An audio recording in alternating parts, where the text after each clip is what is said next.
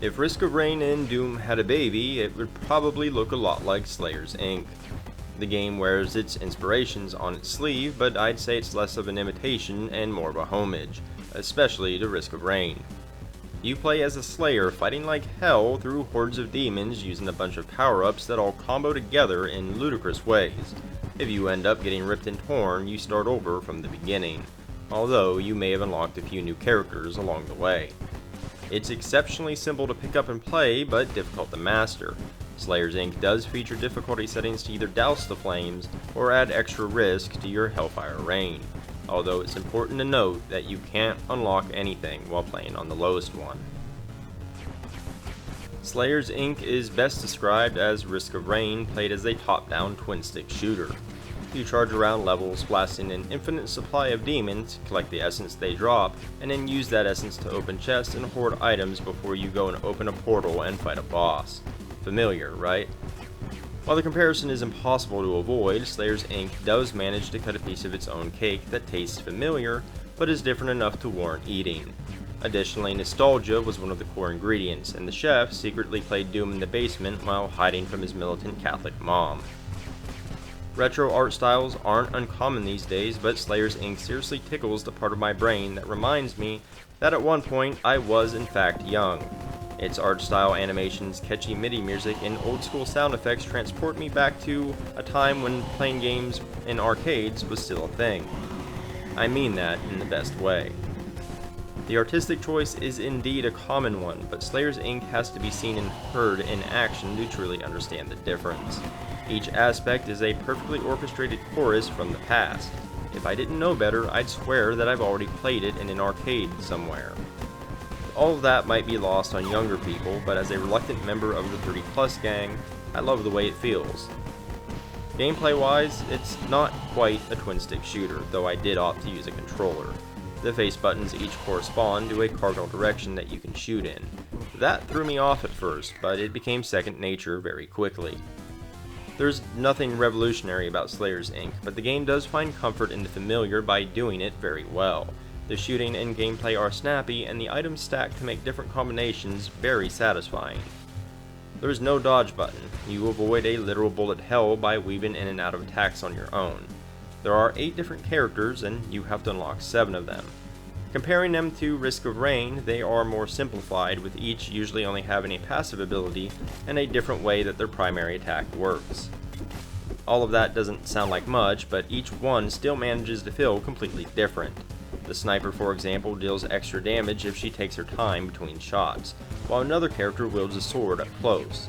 Those minor deviations expand as you pick up the stacking item combos, and it really helps the game's replay value.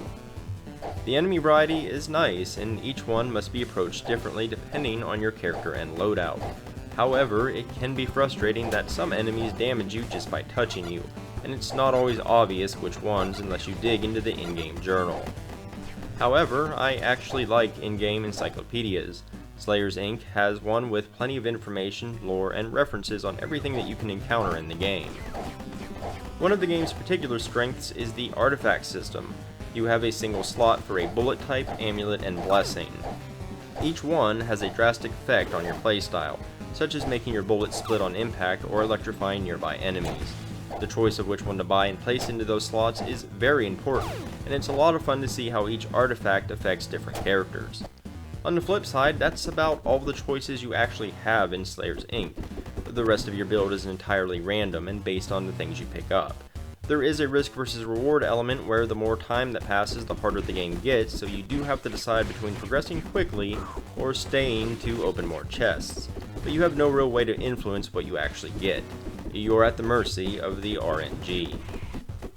As much as I do love the artistic choice, I do take issue with some of the visual elements that simply get in the way.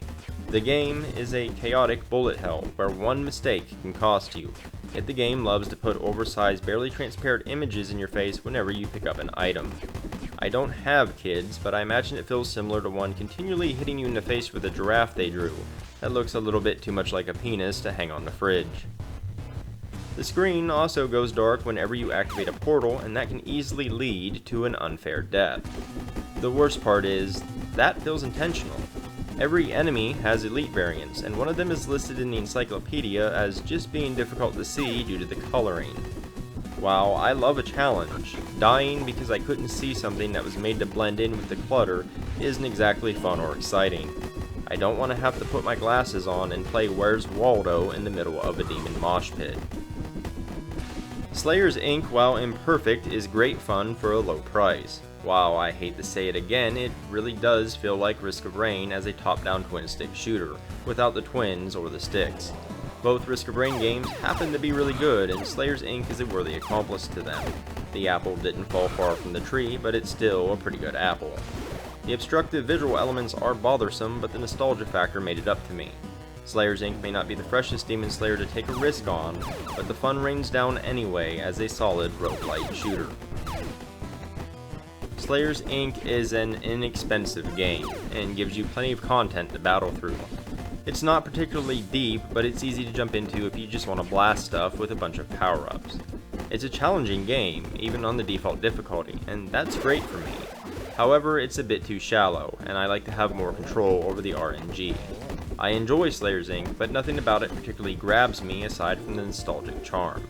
I'm not sure I would have bought it on my own, but at $10 I wouldn't have regretted it either.